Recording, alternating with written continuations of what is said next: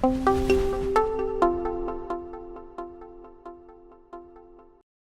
there, welcome to yet another exciting episode of the Rise and Thrive podcast.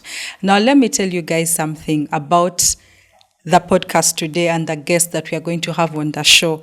Remember when I put out a poll and I asked you guys and said, okay, what else would you want to see on the show?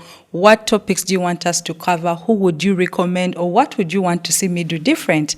And guess what? The majority of you said you wanted to see some gender balance on the show. You wanted to see male guests on the show. Well, guess what? Who am I to say no to your request? I still don't understand why or what you all want with the men, but I'm here to deliver. And over the period that I've been doing this podcast, I've met very amazing gentlemen. Like, these are guys who have very interesting stories of business, who have journeyed, they've fallen, they've risen again, and they have stories that I feel we can all learn and benefit from, right? So today I'm glad and happy to announce that we are finally going to start the men's series. You hear that? The men's series. So we are going to do a 5-part men's series, meaning we are going to have 5 gentlemen on the show for the start to share their experience, share their journey, share their lessons with us. I know it's really going to be exciting because I know these guys and I've personally felt very, very convicted to bring them on the show because of the stories or the journey that they've been through. So today we start the 5-part men's series, and for the next 5 episodes we are going to be hearing from distinguished gentlemen. So guys, today, for the first time on the Rise and Thrive podcast, we have a male guest, right? And I'm excited about this particular guest because as a mother, the story is I once had a nanny who came to my house and I was giving my children the normal bushera porridge, and she kept saying, Auntie Nedda, well, there is a porridge. If that one is better, when you get it, you will see a difference in the feeding patterns. There is a porridge, but I don't know the name. So for like weeks and months, we kept going back and forth and trying different things. So one day I went to the supermarket with her, and as soon as she saw this particular porridge, she's like, Auntie, this is the one I was telling you about. Ladies and gentlemen, today we have Auntie Porridge on the show. Auntie Porridge, but also you guys who are struggling with love in your lives. Your love life is not balancing, love is not loving, things are not happening. He is also referred to as Dr. Love. If you read newspapers, I'm sure you've read so much of his advice. So ladies and gentlemen, let us welcome on the show Dr. Hillary. He's called Dr. Love, but he's called Hillary Bainemigisha. The actual in me is struggling, but I think I've gotten it right. Bainemigisha, right? So welcome with me, Dr. Love, on the show. He is also the co-founder of Auntie Porridge. So you now see where I was going with the flow. You're so welcome to the show. Thank you, Brenda. Dr. Love. I'll call you Dr. Love for the show. Please, yeah. That's how, by God's grace, I'm known. Yes. And I'm glad to be here. You're welcome. It is thrilling to be the first, the pioneer. The pioneer, yes. And I've listened to your guests.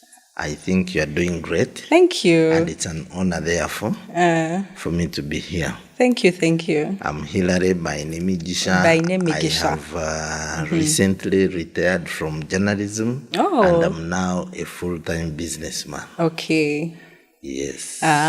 So guys, but I think, do you consult on love? Yeah, on love things when if you're retired? Journalism. I still, even for newspapers, I still write. You still my do column. the writing. They asked me to continue writing the column. I still do counseling. Okay. I'm now going to publish my 3rd book. It's coming out in August. About love and dating and how to swim those waters. Those murky waters. Yes. You know, the love looks blue, kind, calm from above, but once you enter, you find the water is not blue. It is a lot of crocodile, dead bodies, but you have to swim through. Yes. And arrive on the other side with a partner. With the person. So it's not easy, and I don't want to die with all this knowledge. So I'm putting it in a book. Okay, that's exciting. That counseling for love. You see, when you're counseling a couple in problems, or a person scared of getting married, or children who are still thinking book knowledge, romantic novels, the confidence, the peace, the return to the main road that you bring actually gives you so much happiness and fulfillment. And guess what? It is what I have discovered also in business. When we came to Aunt Porridge, we have a product that's very popular. We have a product that has very good testimonials. Parents call us and send pictures, and they tell stories of how Aunt Porridge has changed their lives. It brings me back that euphoric moment I feel when I'm bringing smiles back to a couple or to a home. And I feel like, yes, I'm being useful. So Aunt Porridge is a product of Fauna Health Foods. Now, Fauna Health Foods is named after our firstborn with my wife. She's called Fortunata, but endearingly called Fauna. So we produce Aunt Porridge. We also produce Instapor. This is instant? This is instant porridge. Instant porridge. You get this porridge, you put it in a machine, which cooks it, dries it, and produces flour. So this is cooked flour. Cooked flour. Inside there are 10 sachets. Each sachet is 1 cup. You just put in a cup, and you pour hot water, and then you have your porridge. Yes. And why Aunt Porridge is popular is because it is different from other porridges. And it is a composite technology. Composite technology in food and nutrition is where you add foods together to form one great nutrition food that is homogeneous. I will bring a love example. For example, Brenda, you have skills, you have talents, you have friends, relatives, a network. You are a cloud of your own. You have an ecosystem. So when I marry you, I also come with my skills, my talent, my ecosystem, my network. So when we become one, we merge this. So we are supposed to be much better. Two are better than one. So each food comes with its strength, and then you merge them. Then they complement each other. So you find two foods are better than one food. Actually, our ancestors knew this. Without science, they decided that you cannot eat one food alone. You have to have a a sauce, food, or two vegetable together. Or something. You add foods, because when you add foods, you get better. So 2 or more. But for us, we add 12. Wow. If 2 are strong, how about 12? Yes. So you have 12 foods complementing each other. You have foods like amaranth. It is highly nutritious but tasteless. Dodo for some of you that are struggling. Dodo seeds. They are black. They are very nutritious but tasteless. Very difficult to eat alone. But when you merge them with a tasty food like soya, roasted soya, they become, you take advantage of soya's taste, and then take a tasteless food, and you're getting nutrition. When some foods we look for mainly protein, because that's bodybuilding. We look for vitamins to help us fight diseases, and carbohydrates for energy. So all these different foods, the 12 foods, have something they are adding to the other. So the first advantage is additional, complementing each other, so that you have a high quality nutrition per quantity. You take less, it's a wholesome meal. You take less and achieve more. Now the second point, which is very interesting, is that a food can have nutrients that you get scientifically and you list down. But when you take it, its interaction with your body is different. You may not get all those nutrients. Values, they may not be open to you. Like, for example, millet. We have it in Aunt Porridge. When you eat millet alone, you access 15% of its nutrients. The rest go out and you just 15%. Just 15. That's why I don't know if there is any. Even naturally, millet is difficult to take alone. Yeah. But in bushera, you can take it, but maybe you add some sugar, maybe you don't. But you still don't access the whole millet. Yeah. Now, if you get millet and you add it to a legume like beans, you now access around 40% of millet's nutrients. Because the beans open up the millet. But if you add meat which has omega-3, meat now opens millet further. So you get access to around 70%. Yeah.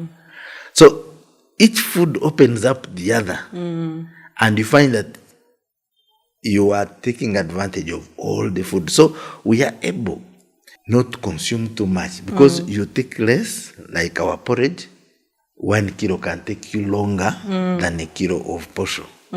So you get people who say, but posho is 4,000. your Aunt Porridge is 10,000, 11,000. But you say, yes. It's a combination of many things. Of many, and you will take less. And 1 kilo will take you longer, while the one of millet alone will not. Yes. So, because of that, the composite technology has made our porridge. Actually, in this country, it's the only one which is mixing 12 different flours at a specific ratio. Because flours, you can't mix and get homogeneous easily because flours have got different properties. Water retention properties are different. Oil retention is different. Coarseness is different. Boiling points are different. So you get a ratio at which you will harmonize this so we don't mix them like that. Yeah. We weigh, we see how the different ratios will achieve a homogeneity where it will boil at the same time. Otherwise, you'll cook. And then some is not ready, some is burning. Yes. So if you try it at home, please don't try it at home. Don't try You're mixing. Going to make a mistake. So trust Aunt Porridge and our scientists and take Aunt Porridge. You will see a difference. This is the one that we take mainly at my house, this one. But also we like it for one African reason. We like the buckets after we repurpose them. Yes, the buckets. But okay, I can explain now. Yeah. This is Aunt Porridge, but in this one, we mix 10. Oh, flours. This is the 6 months. This is for the babies when they start taking it's solids. written on 6 months starter. The baby who has just been weaned, the gut is not yet used to food. It is virgin. Yeah. So it's going to start processing a coarse monthly combination of foods. So we removed 2 which were causing inflammation to the gut, and the baby either gets diarrhea or gets constipation. Constipated, yeah. So you start with this up to 1 year. At 1 year, you transit, you go to this one. Composite flour. This one, you continue with until you die. And this is 1 kilo, that's 1 kilo. Now the bucket you like so much has 2 kilos. Yeah. There are 2 kilos in this and packed in half. Yeah, half packets. Half kilo sachets. The reason is that because we don't use preservatives, we are purely, I can't say organic because to say organic, I need to know whether the fertilizers that were used were organic. And all. But in terms of crop, we don't add any preservatives. When you open a sachet to remove the porridge, we want it to preserve it well. You close it, or you don't use a wet spoon. Yeah. But we put 4 half kilo sachets, such that if you make a mistake, You don't lose the You don't rest. lose the whole batch, yeah. If you spoil this and it gets lumps because you used a spoon with water, or you left it in the open, or you exposed it to heat, that one can get spoiled. You But still then you have, still have, the three. yeah. So if you have a big family, you can have this. Yeah. Or if you need the other reason you are talking about, you buy this. The African mother reason, Yes. for repurposing. But now, for people who are busy, they don't have time to cook. We bring this instant. The instant one, yeah. You just pour in a cup, you pour hot water, you stir and drink. And drink. Because it's already cooked. All you need is dissolve it in a form that you can take consume. it comfortably. So for students, for office workers, for construction sites, you find someone struggling cooking porridge in a big portion in a big saucepan to give people at a construction site. You waste firewood, the time for the cook, the washing saucepan and all. No, you just get hot water in a flask. Each one puts in a cup. They start. It's very high energy food. In that, the way it is designed, it releases energy fast in the blood, but stays consistently. So that it lasts longer. You discover that if you take Aunt Porridge, you do not get hungry very fast. Yeah. You take some time before you need another meal. Because it is high quality nutrition in less quantity. So the body just feasts and feasts and feasts, as you do many other things. Yeah. Yes. Okay. I think that has been a very interesting introduction. I even found out, now I know why there are 4 packs in here, as opposed to just enjoying the bucket, and also the nutritional value. Yes. Yeah, I think it's and also the taste. I will not lie about the taste.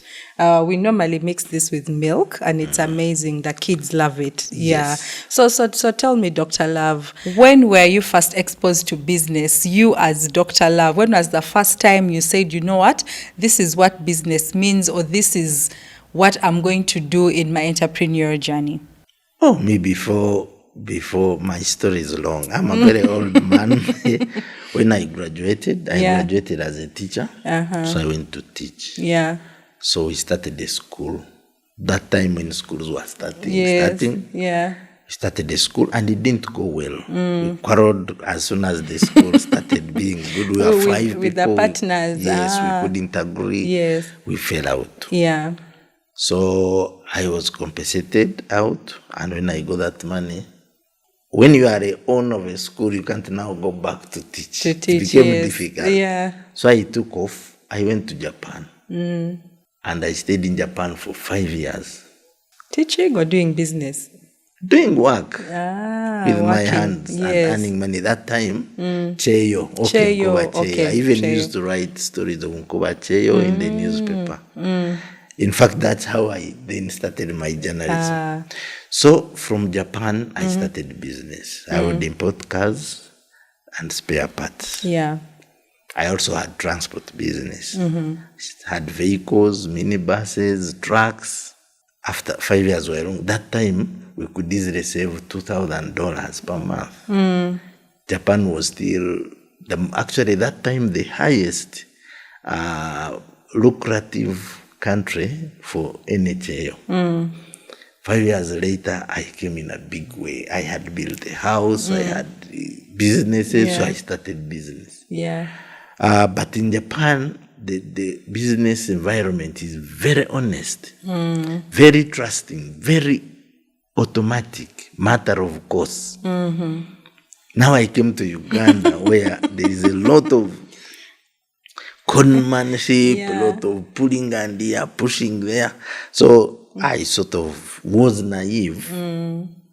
It needed the GII sort of.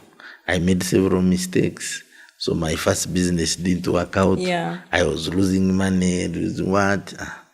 Someone would advise you, cheat taxes like this. Then when you do, then he's the one who goes to pay, reports you. Then the next day there is a kufuru. Yeah. Then when they charge you a lot of money, they give him Yeah. What do they call it? A whistleblower. Whistleblower. But he was my friend. Yeah. Then people say, magazine. But he is the fraud. He's the fraud. But the business community thinks he is wiser. So I couldn't fit in.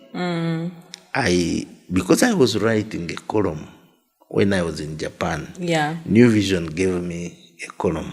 I was writing stories of my experience on the Cheyo. So they said, please come and have a job. Yeah. We know you are writing. Your column had the following. But I first went and did my master's in social sector planning. I wanted to join NGOs. But after that, I failed to break. And now I came with a master's. And I couldn't break in at that level. The NGO world it's like a cartel. They know each other. There is a way you move from down. I couldn't penetrate, so I went to journalism. Yeah. Now, when I had studied the counseling, diploma in counseling, but I found many people preferred to get counseling from their parents, from religious leaders. So I couldn't do counseling. So when I went to journalism, the newsroom was quickly impressed by the way I would analyze love issues. They said, but why don't we give you a column? Why don't you tell these things to the world? My boss then said, no, let's start a whole pull-out. In the Monitor then, I think 2000. We started 2001 or 2. We started a pull-out called Women and Men. Yes, I remember. So they gave it to me. It was on Thursday. Within 2 months, Thursday was the leading seller of the whole day. Started even catching up and beating New Vision. So the Vision started saying, you man, you used to be ours. Why don't you come? Why are you there? There was some auction competition there. So eventually, but starting 2002, I've been writing a love column. Starting with the Monitor, even when I shifted to New Vision, they gave me 2 columns a week. It was Saturday and Thursday, I think. Up to now, I think as a Ugandan, I am the person who has held a weekly column. Longest from 2002 up to 2024. Oh, that's impressive. I thought I was in the world, but I Googled and there is a person in USA who wrote a sports column. For actually like 3 times my length. He died, but he's the one in the Guinness Book of Records. And even when I retired, when I retired, they asked me to continue. But then at the writing of the column, exposed me to a society need. So everyone is an experienced lover. Everyone who has loved has experience, is an expert. Expert at love. So it's really not my advice that I give. It's the style in which I write it. Because many people would come, teach me how to write like you. Then I would say, no, you write like you. Why do you want to do something using like your someone experience, else? Write like you. It's the easiest, being yourself. So when I gave in my time, I said I want to retire. They said, please keep writing. So I still write up to today, every week. And they pay me. So now I know you've had a series of businesses, right? Which is quite, and most Ugandans have so many failed businesses. They've started, they failed, but then you finally got one that works for you. So when did Aunt Porridge come to life? Aunt Porridge started by accident. My wife is a nutritionist. She got a baby before we started staying together. So what happened, she was not employed, but she had studied nutrition and she had studied the composite technology. So she started blending different grains to make flour for our first the baby, daughter. And the daughter became luxuriously, had a real good start, strong and very nice to look at. So when she would go for immunization days, where antenatal women would come, They would say, "But look at the kid. Like a baby, You yeah. come and teach others how to feed your daughter." So she would teach them what to do, and others would say, "It's too much English. Can you do it for us and bring?" Yes. Then she started taking along some flour on antenatal days and immunization days to teach. The hospital asked her to come and teach women how to look after their babies the way she was doing hers. Then people started reporting some improved immunity. Aroma brought in, because she needed to put in silverfish. That time they were the descenting technology, the technology that removes the fish smell. Oh, okay. We hadn't started it. So we started using oats that were delicious oats from Germany to shroud the smell of mokede. Yeah. And that brought the aroma. And the soya we are using was roasted soya. So the aroma brought appetite to difficult feeders. And so at that time there was only Facebook. And we started a page. So mothers started sending their feedback and calling my wife Aunt Porridge.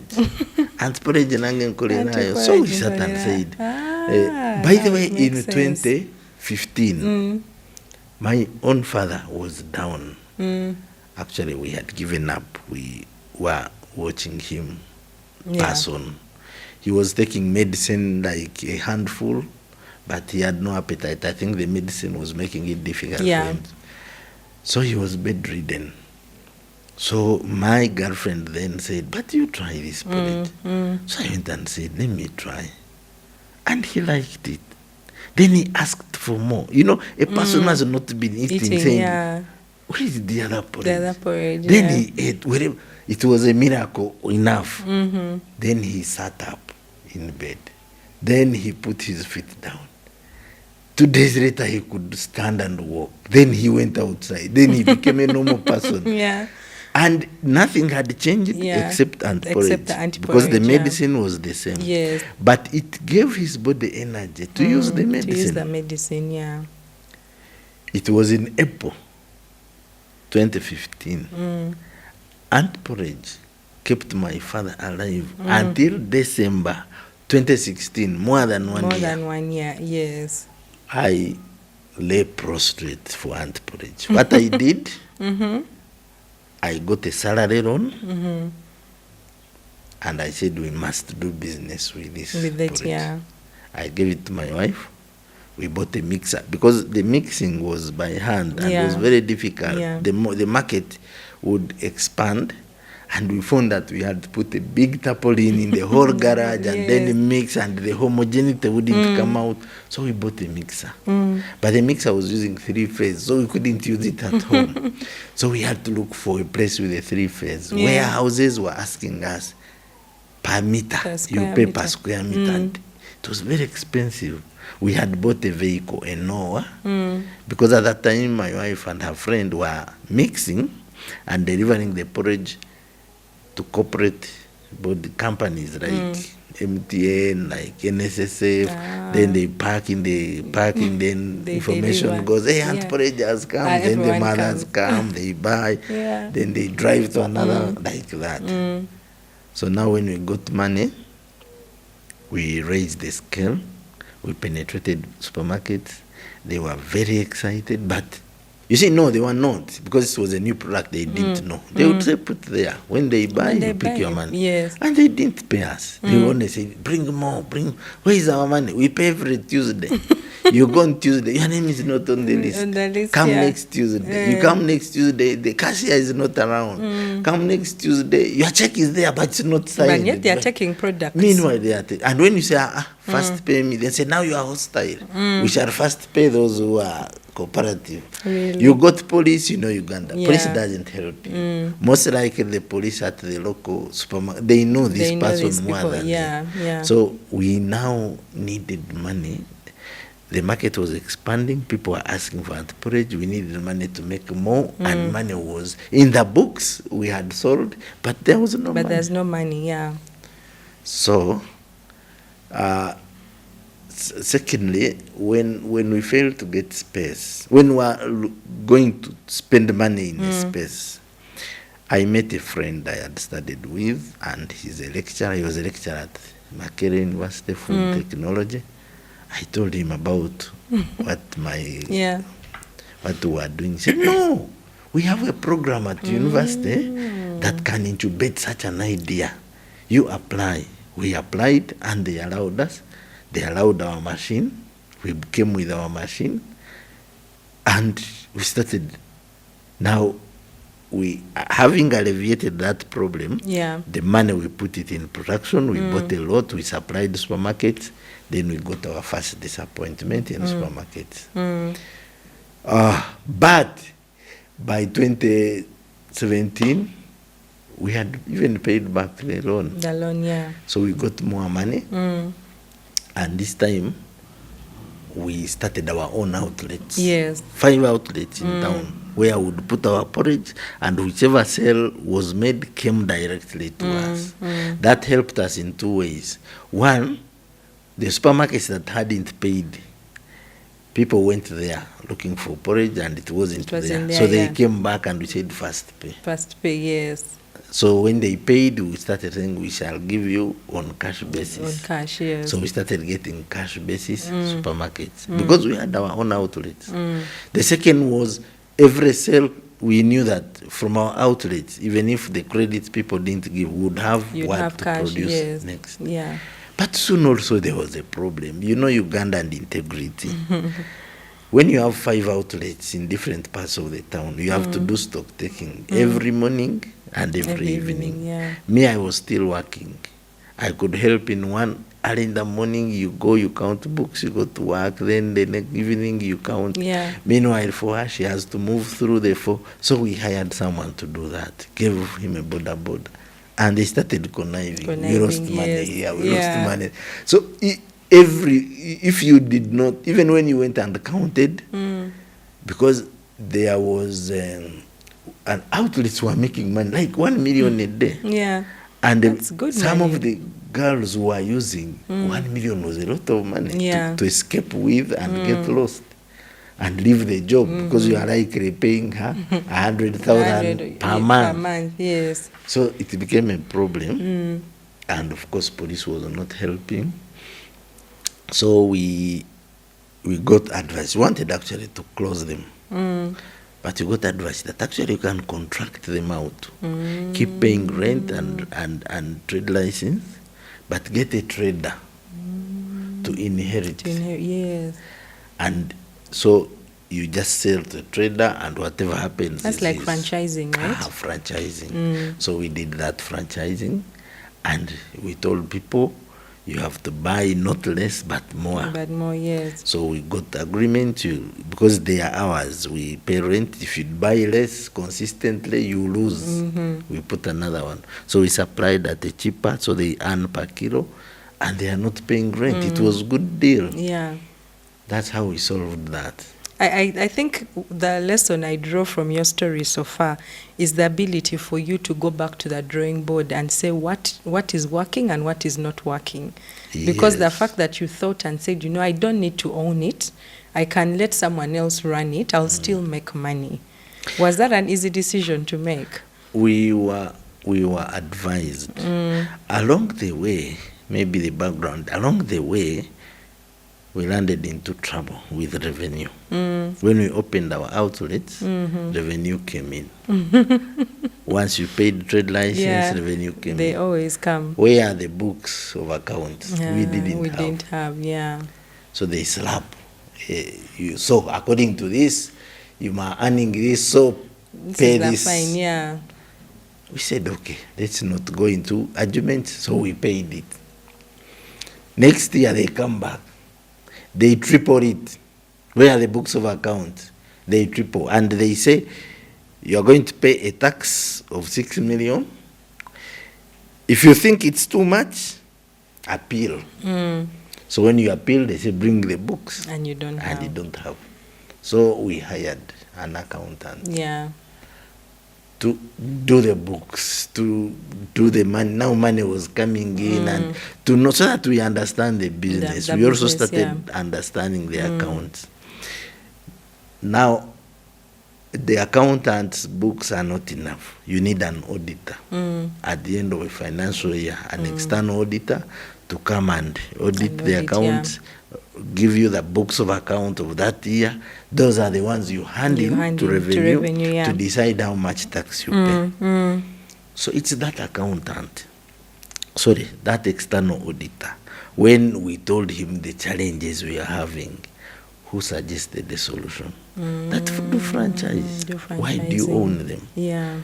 In fact, for him, he said, ultimately, you are manufacturing, you are processing, you are distributing. That is too much. Too much work, yeah.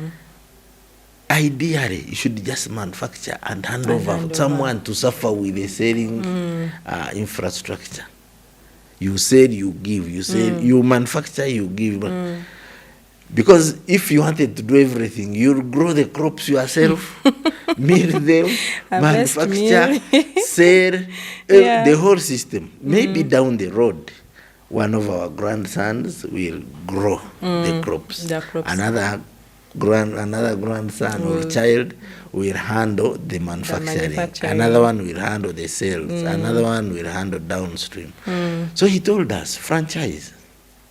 So we did franchising. And it helped us. And it helped, yeah. It relieved the burden. And somewhere, COVID came. When COVID came, shops were closed, there was lockdown. But I, being in the media, had a card that allowed a sticker that allowed me the privileged stickers. Yes. Yeah. So me, I was able to keep supplying. And even at work, there was less work. So we opened up the online version. In fact, right now, we are very big. We have a website. Yeah. We have X Spaces. We have TikTok. We have LinkedIn. We have Facebook. We have a WhatsApp platform. And they are all interlinked. We have staff that's doing online. And it started during COVID.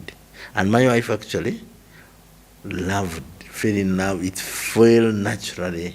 Online marketing fell naturally into her skills. Yeah. So, Makerere University allowed us to keep workers inside the university. While people are suffering and crying with business, during COVID, people started being nutrition conscious. Yeah, that's true. And Aunt Porridge had been associated with high nutrition. Yeah. We got sales. We would get calls throughout the night.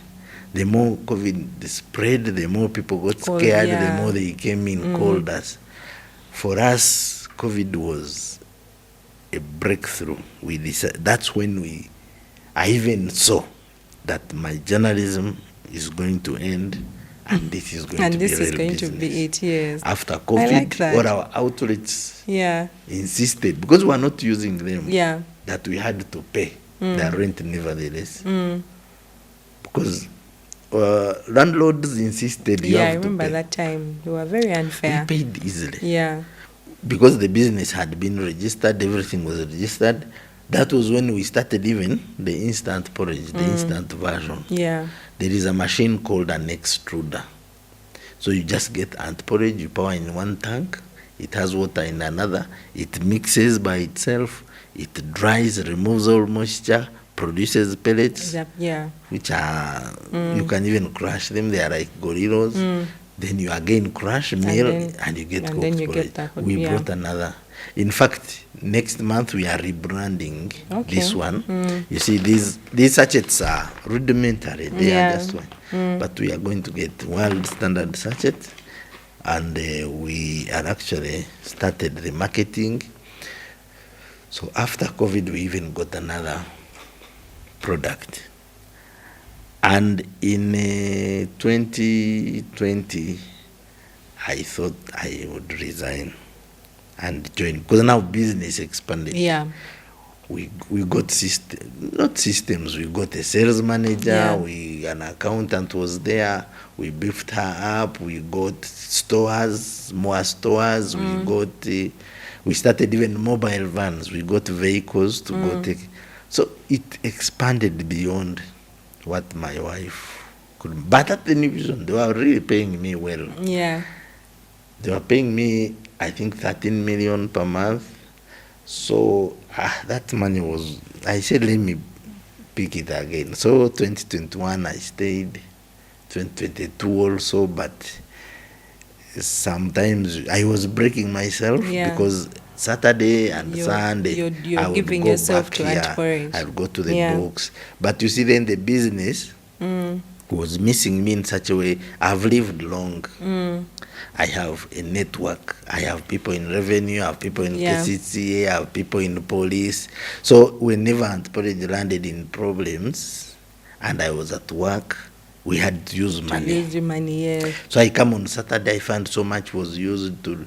I said, but I know a person here. Why? Maybe they called me and I was in a meeting, I couldn't speak. Then I called back, say, there is a problem, our porridge was stuck here. I said, so okay, let me call somehow. We have already paid this one. Then I found that we were even spending money where my face would work. And being Dr. Love has helped me a lot. There is a time we got problems with revenue. They summoned me. Once I came, everyone was saying, Auntie Dr. Love. Then it softened the discussion. Then we start saying, how can Aunt Porridge, Dr. Love produce porridge? Yeah. Does it bring a man get surgery? Then we start in those. Already we are friends. And I started reading when I was in primary. Then now it becomes easier and we solve things easier. So journalism actually helped me. Yeah. And I thought my clout could help the company. Yeah. So finally, in November last year, I said, let me focus. So from November, it's not yet 1 year. And people were saying, now you're going to work with your wife in the same company. We are giving you 6 months. That is not possible. It's never done. You'll break up. You're going to fight. That was going to be my next question. How do you navigate working together? Why am I Dr. Love? How am I Dr. Love? If you those problems will be there. But now me, I have an advantage. Yes. I studied psychology.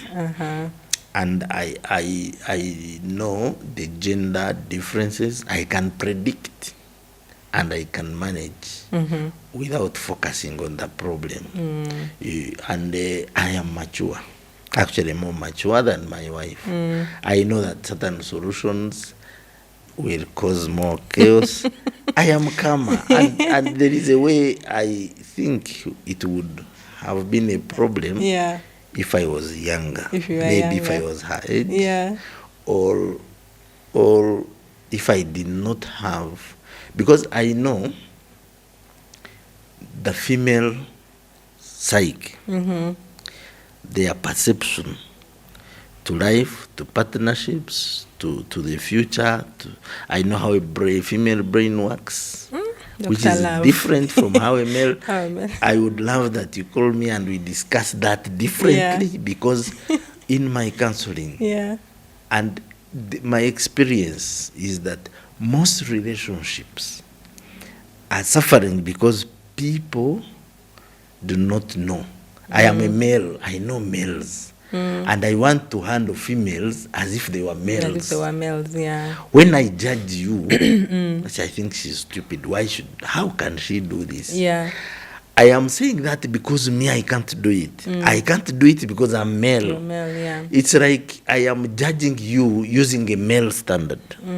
When you're judging me, it's the same. It's the same. You're thinking for me, but you are not male. You're using a female version of thinking and imposing it on me and therefore making many mistakes. There is a writer, Ngujwa Thiongo, he wrote in The River Between a good simile. He said, you cannot kill a butterfly unless you know how it flies. You must first study how it flies.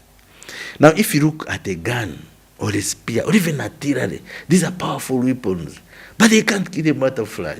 To kill a butterfly, you must study. So when I am counseling, and in fact, the book in the book I'm going to produce, I am teaching people how different we are, how a female body, female mind, female brain operates that is different from a male. Yeah. So to understand this butterfly, you must understand how it... Yes. And when I did, very many things became so obvious. Yeah. There are things my wife does, and I know that she's just being female. If I didn't know that it's a female way of doing things, we would be fighting. Exactly.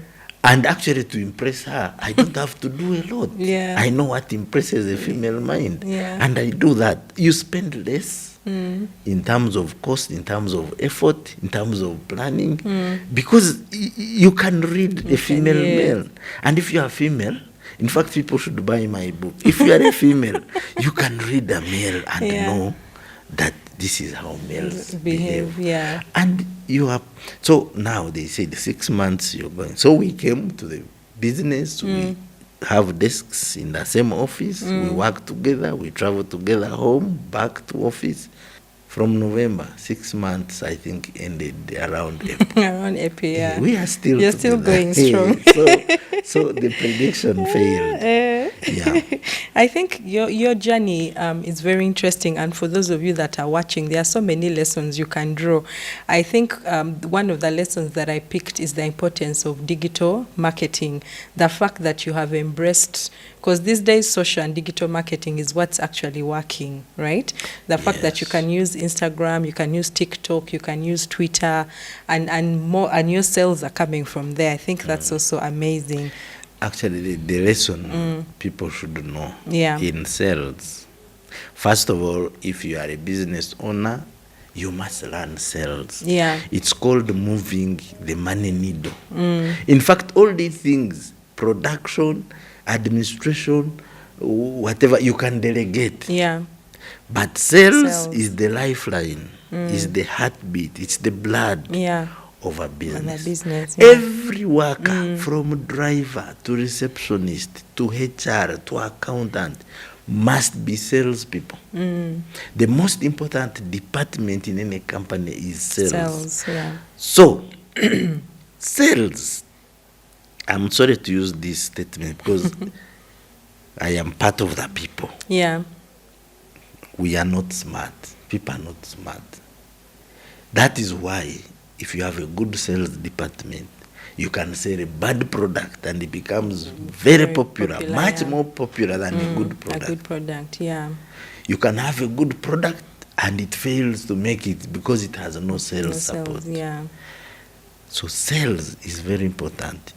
It makes a bad product good. In the because you work on the perception of people. Yeah. Now for us, we had a product that was good, that sold itself for several years. So now when you come in with marketing and sales and you support it, it is easily supported. Yeah. Like paying school fees for a brilliant kid. You just say the number one, and every school wants him. You don't even line up at schools. So the sales department is where you need to focus. Yeah. 2, you need to study. You are not reinventing the wheel. There is nothing new. Study how have people sold their products. Yeah. Get successful products. Look, study branding, study market segmentation, study market approaches. Online is new and it keeps on improving every day. But if you are in the system, you can easily upgrade. But if you know nothing, you find it a problem. Yeah. And you have to put it there in people's faces. So for now, Aunt Porridge is actually doing well, but in Kampala, and not in every place in Kampala. So we are going, by the end of the year and through half next year, we want to saturate Kampala. We want to be in everyone's face. Even the person who cannot afford to know that there is Aunt Porridge. When I get money, I will eventually buy. Then we attack up country. Because even in business also, there are many exciting proposals. But you can't attack them at the go. You restrain the resources. So you segment and say, let me do this, then I do this. But sales must always be in prime position in terms of sales and marketing, in terms of budgeting. In terms of budgeting. The second, the third, or fourth, I've forgotten. Please, quality. People, I said they were not smart, but they know quality. Quality, yes. Keep quality. You can spend a bit more money on buying quality inputs, but it pays back. Once your brand is known for quality, if you take our product, there is Abaganda vachita okurumira, terikarumira. You don't feel like you're eating sand. You feel like it's well blended. Yeah. You feel like your health is catered for. We do not actually, now we have started another service. We do not just sell a product. We sell a service. Last year, we innovated the system. We hired nutritionists. We have a nutrition department. We can diagnose, because the government hospitals have ignored the nutrition department. Yeah. But nutrition is another medicine. If you have good nutrition, you will not need a lot of medicine. Yeah. Infection comes. Ideally, a human body is not even supposed to fall sick. It falls sick when two of these things happen. One, the amount of attack is too much, because the body has soldiers who prevent itself. Yeah.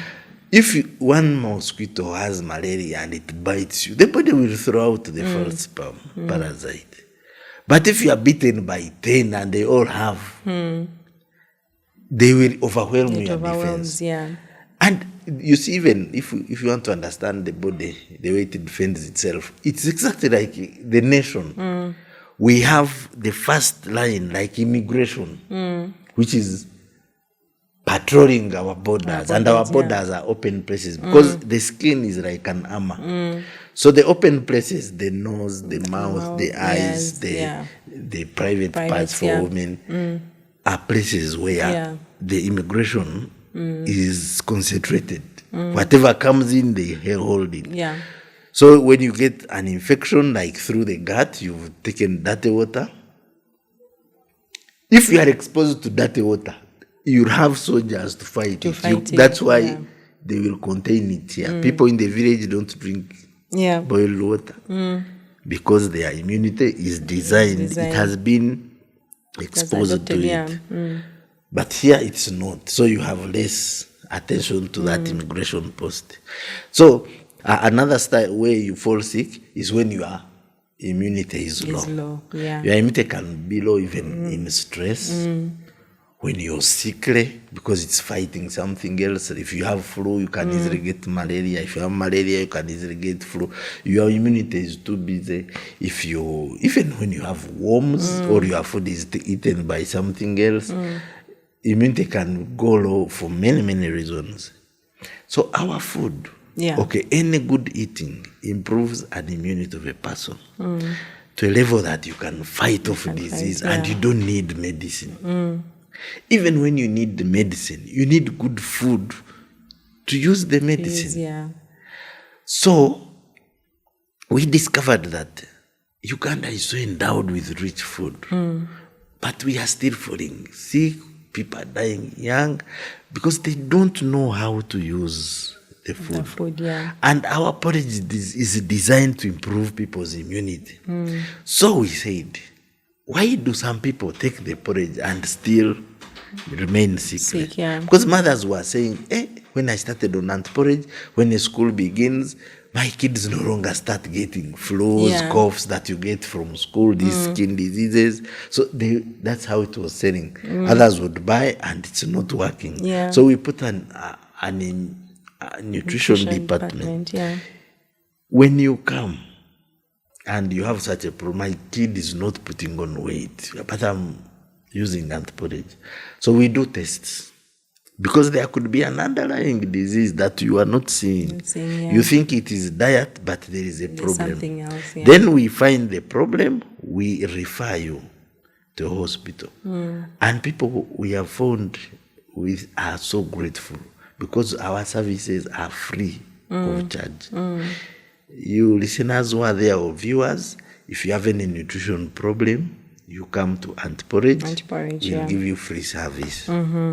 We are now going even to go through corporate companies to give parents free nutrition service. But if you want us to come to your home and train your maid, because maids are the ones who keep with the children on feeding, strategies and good nutrition and how to combine foods, there you pay. Because our nutrition cannot come alone. She comes with someone. So we will train in the homes. But there you pay. But at corporate companies, we'll come to explain why you need certain nutrition in the home. Okay. So we have a service. So if you come to Aunt Porridge, like in Wandegea where we are, we have 2 nutritionists on standby. And they see people. They come with children, they come alone. Recently, we've been handling a graduate, a law student. His parents were worried that he's skinny.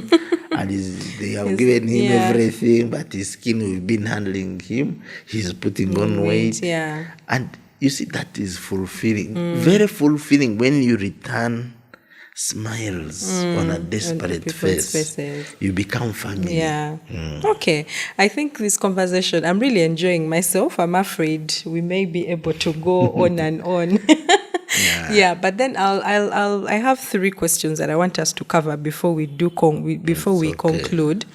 The first one is just to take you back to, you said you are incubated at Makerere, and we may be having people out there that have solutions or products or things that, they are starting or doing and are struggling with that whole getting space where they can, start their businesses. How hard or how easy was it for you to get into Makerere, and what does one need to be able to apply and be accepted? For me, it was easy because contacts. But every university, Chambogo, Nakawa, Makerere has an incubation center. And the government supports, and they have machines. So in our incubation center, we have people baking bread, making sausages, making yogurt. If it is a food business, and you see food business is attracts UNBS first, because people are going to take your food and they need to be safe. So when you come into Makerere, first of all, it is free. But when they see that you're making progress, you start paying money for that purpose. I think that even other universities.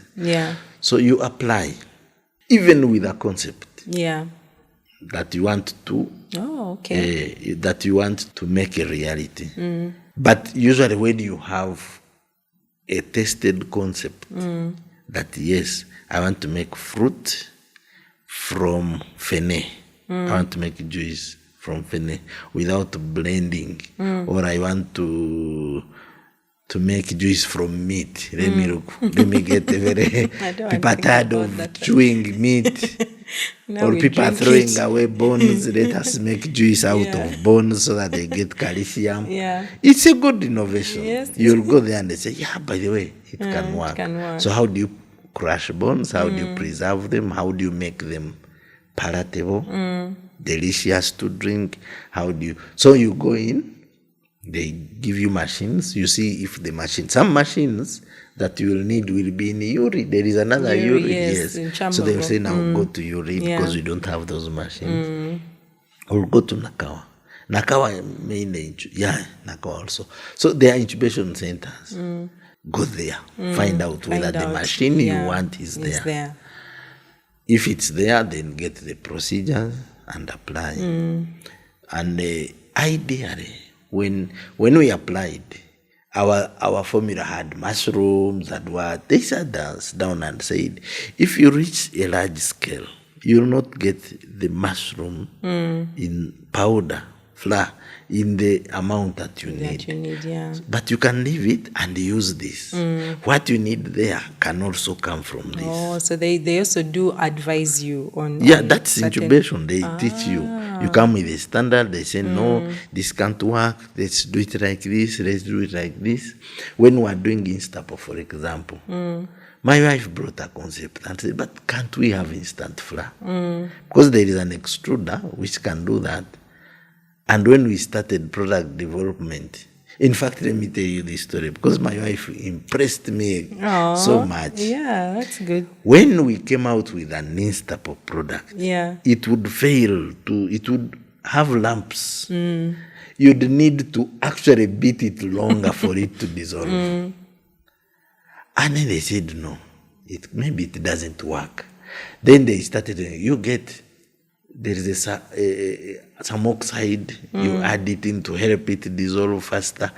But that is adding in preservatives. But for it to work, we decided to try it. We tried several. You put them in, then the smell changes, then it works, but the nutrition goes away because it is now chemical, adding a chemical.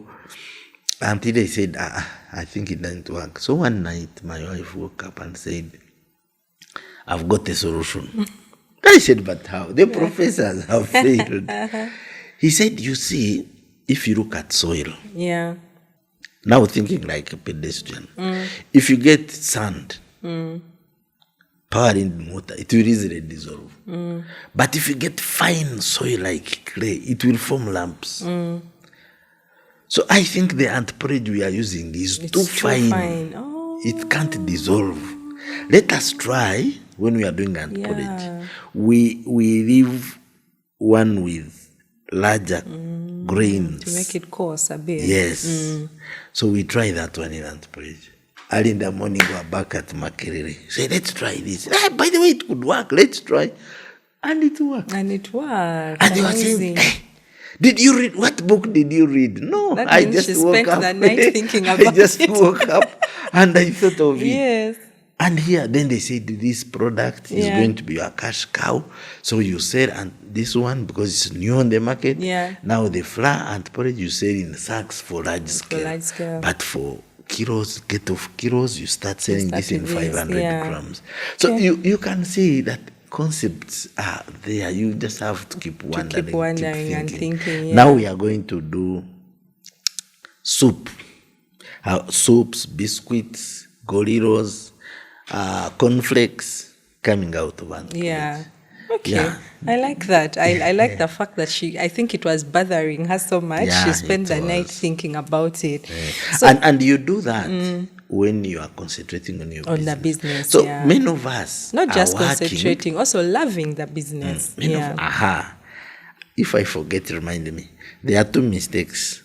When we are working, I was working at the New Vision and working at Aunt Porridge. There is no way you can do critical thinking for your product because you are not focused. Not focused, I was sleeping because there was Aunt Porridge, but for us, she was thinking of another product.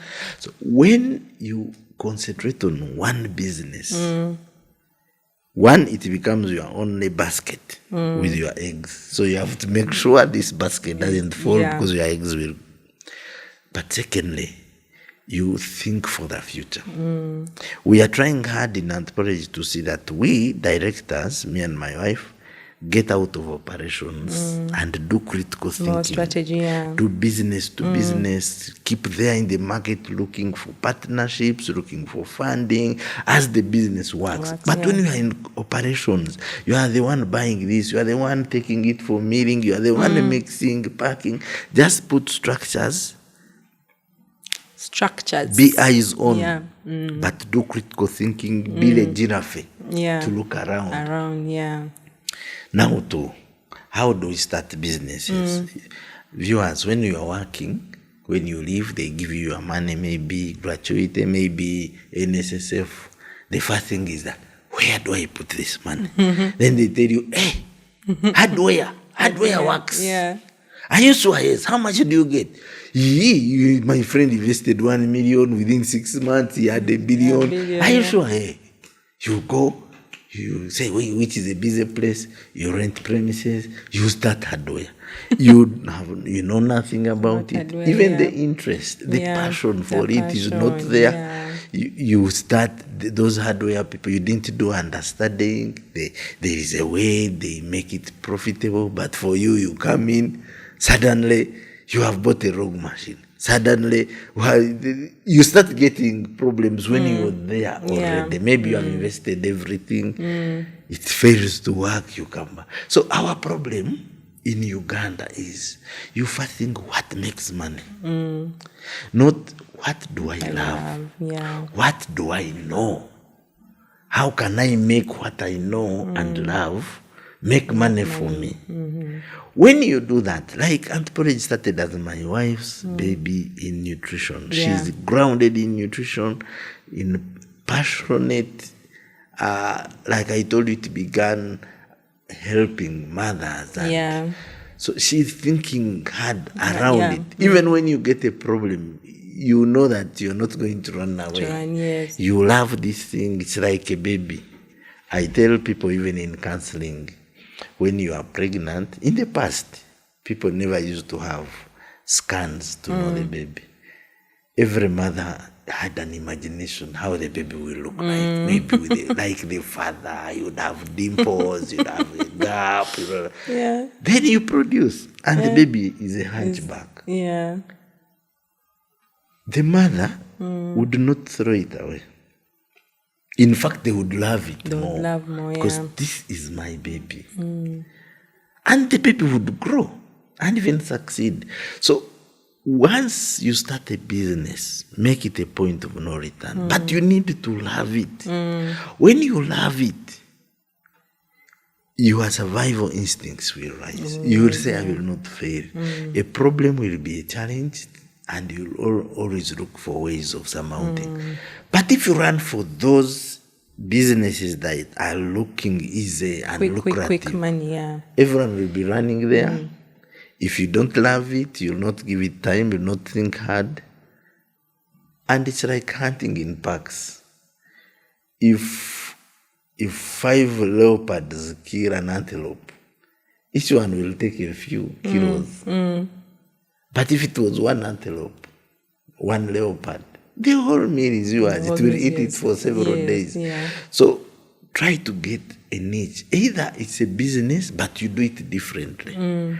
Or do a business others haven't gone in. And you put less money at first in order to understand. Don't get your whole thing and plow it in. Unless, like me, of course, I knew Aunt Porridge was a proven concept. But you're going to start. They've told you there's money in being a landlord. So you get your NSS safe, and you put up a lot of money. You put up apartments. Tenants come. Even coming might be a problem. So they come, each one has it. What they begin with is make friends with you. Hey, we have a baby. Then you come. Then hey, we have birthday. They invite you. You come. You become a friend. They start telling you how their father is sick, how their uncle was robbed. So when you come for, but we told you that is sick. They start not paying, but you are their friend. You start getting, you don't get, you know that at the end of the month I'm supposed to get 5 million, but you're not getting it. You have 10 and 6 months, they are not paying. At night they leave and they have stolen a few weddings. So you need to understand the business, but love it. Don't invest because there is money to be made. They tell you there is money in produce. At harvest, kilo of maize is 500. So you go, you buy all the maize, you bring it to Kampala, put it in a store. You don't know moisture content, you don't know storage technology. It starts rotting. Your workers start stealing it. By the time you go to sell it, it's losses, not there. You start quarreling, you develop wrinkles, your money is gone. Maybe you borrowed, the bank is on you. No, love it. Start small. Passion. Learn it. Learn how it works. Then you will start being better than professors. That's why I told you on Instagram. For them, they studied. But it's not their love. It's not their love, yes. But for you, it keeps you awake. It doesn't keep them awake. So get a business that can keep you awake. And a business you can transfer. Because I was in Japan for 5 years. Their business is family business. They follow the Buddha religion. Buddha religion says you must live more than you inherited. And it is monitored and accounted for. If you don't go to heaven. The Buddha structure, like here, priests have levels. So when your father dies, before they bury, they declare how much did he inherit, how much has he left. So they get a difference. Now, for them, they baptize a death name. The length of a name corresponds to the amount you added to your inheritance. Secondly, so when you go to graveyard, because they cremate, but they get ash and put it, and then put a tombstone. When you look at the graveyard, you can see which person added more than because the length of a tombstone depends on how much you added. So everyone, like the way we fear to sin because we want to go to heaven, everyone works hard to leave more money than they inherited. Now, if you fail to do that, and then the money you leave determines which priests attends your cremation. Like I can say buries you, yes. The more you get, like an archbishop, less a bishop, less a priest, less a deacon. Also, you really have to work hard. Yes. It's not that you are well known. And if you are in government, you are doing someone else's business. You are an accountant in someone else's business. Because when you die, they value your business in terms of the taxes you pay, the workers you have, the worth of the business. If you don't have a business, they look at the money in the account. Ultimately, I can start, let me say, from I'm poor, I'm being employed. So when I die, I must leave money to my offspring such that down the road, someone starts a company. So when you inherit money, it is not yours, it is family money. So Bainemigisha money would have come from my great-grandfather. Right now, when I come in, it is enough to start a company. So I start a company. When I die, my Bainemigisha son inherits the company, but they will value how much was the worth when he came in, how much has he left. So my Bainemigisha grandson will also, so that it's, when you come in the business, here we say, Zirye, kubanga bofa bagenda zirya. So you are actually fighting family money. Then when you die, your children are happy, they start selling left, right, but there it's not your money, it's family money. And you believe that someone is seeing you. So because now with the technology, banks are pleading with people to get money. So if you get a loan, I'm getting a scenario. You get a loan, you put in a technology to improve business. Either before it brings back the money, the technology changes, you need more technology, the business starts getting low, you can't do this, you discover that now it's going to be difficult to raise the money that you inherited. It is allowed to commit suicide. If you commit suicide, then you can be buried in honor. Because you have taken responsibility. You have let your ancestors down. Because this money in this company is not yours. It came down from. So it's you who has misused it. Then your children can start and return back to the journey. If you don't, if you die and they find you have produced less. Some of your brothers are not even allowed to attend your cremation. Deacons or seminarian students who are still studying are the ones who cremate you. You are a disgrace. And so no one wants to be that. Amazing lessons from Dr. Love. Yes, no one wants to be that. You want, so me like now, I'm thinking, my children, because in Japan, you can't study masters in business when you have no business, in the home. Because all lessons will be about your business. Assignments will be about your family business. So if you're working for government, you can't do masters in business, maybe from outside. But you're working to save money. So poor people, only poor people, poor families work for others and government. But they are saving. When they die, they will know. They need to be better still. He inherited 5 million, now he has left 1 billion. So think of Toyota, for example. The family has billions, but he has to add on. You inherit like 100 trillion, but you must add on another 100 trillion. You don't say, it's a lot of money. Let me go on a holiday. No, when you die, they will say, what did you add? So you have to look, how do I change the car? How do I enter new markets? How do I... So they do not rest. Yeah. In fact, they would be surprised that us would go there. You are anything that interferes with work, they don't do. So you find on Sunday, the bars are empty except for foreigners. Because it will interfere with tomorrow, which is a day to work. For us, we didn't have that. And you'd say, I'm sending my... another thing, you are not allowed by the Buddha religion to receive money from your children. A parent must give a child. Must give a child, not the other way around. Must give it, not the other way around. And if you are doing badly, but your son is doing well, he cannot bail you out. He can only go to another person and give money to give it to your father. But if your father got to know that it came, he can't accept it. Yes. Because when you accept it, you will not go to heaven. You will not go, yeah. Buddha says parents must give children. Children can't. So they would be surprised when you say, I need money, I want to send my father. Send your father. Why? Why? He's the one supposed to send you. I am looking after them. Yeah. How? How do you look? These Africans, what's happening to them? Difference in culture. So, will your father ever go to heaven? You said, no, for us it's different. They say, but this Christian. Because actually for us it's the other way around. Yes. You have to honor your parents. Yeah. And that's a Christian, Western, Europe kind of manner. But the Buddha is in China, is in India, is in Korea. I mean, even India, Korea, Japan.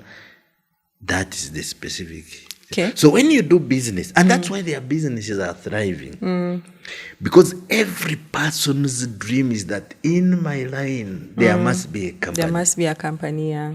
And when a company comes, it goes improving per generation, per generation. Binebyo government sente, bwemba sizilide bajazili. And you see here, as soon as you die, they are selling this, they are selling that. But now we have to train our children to love the business. Like now in Aunt Porridge, my son will have to do nutrition, do accountancy, do maybe even HR, but with the mind of inheriting, coming in. Don't ask for jobs. This is, and you'd go to work in Japan and you can't even know the owner. Everyone is working. They tell you that is the boss. Really? But he was sweeping here. He was. But here, as soon as you get money, you want even your car to be washed, you want to be driven. Even your laptop, they carry it for you. They carry it for you. There, it's a disgrace. Yeah. Your boss, in Japan, a boss would have a flat tire. And say, no, let me do it for you. And he would say, why? Why? I can do it. You think I can't do it? You'd actually take offense. Why are you doubting my ability? Why do you think I can't do it? But for us, it is, I want to earn points from my boss. No. Earn points. They are actually, even if you wanted to kukwana, and you start saying, me, I don't work, me. Girls don't like men who don't work. But if you are working and they see you are working, you value work, I have to work tomorrow, you are a very responsible person. So work ethics there is great. But here we don't want our children to work, we want us to suffer for the children. And then later we expect them to work. To work, That's the problem. Thank you so much for those lessons. I didn't know that about the Buddha really. So one last question from me. Do you have any regrets? I know you've done a couple of businesses leading to Aunt Porridge, but all those, like when you got back from Japan, you tried this, you tried that. Have you ever regretted anything or any decision? What has been your biggest regret in business? Biggest, okay. Okay, let me say big, because I have not had time to rank them. To rank them. The one that, is so memorable to you. My regret is that I left New Vision late. I should have left earlier. Yeah. And then now I am doing things I'm supposed to have done earlier. Yeah. So if we had done them earlier, would maybe be further than this. And that we have not inculcated the business ideology in the children to think business. When I grew up, we were not allowed to have money. Yeah. Even when you picked it on the way, They had told to you give it to the parents. If guests came and you danced for them and they give you money, you handed it over. Yeah. They didn't want us to have money. So when we went to boarding school and we had our own money, we were very excited. And you really wanted to clear it. You get 1,000 and your problem is, how do I make it 500? Yeah. But someone else gets 1,000 and the problem is, how do I make it 2,000? So inculcating in our children the business mind, the fact that you don't sell a product, you sell a solution to someone's problem. There is money everywhere. Even you now, you have money in your pocket. And you love it so much. And I need that money. So to pick that money from you, legally, without committing sin, I must convince you with a solution that will be more attractive than the money you have. So you say, hey, so this porridge, if I give it to my children, I will stop going to hospital very often. I'm tired of hospitals. I love this money, but let me invest it in this project that will stop my hospital visit. That's how I get money from you. Sell solutions, be relevant, and when you're designing your strategy, don't say, this product is good. No, say, I know you have this problem. I have brought this solution. Go and try it. Sell solutions. Yes. Okay. I can just summarize and say, guys, if you're out there and you have an idea and you feel you need to ideate it, and any of the incubation centers can help.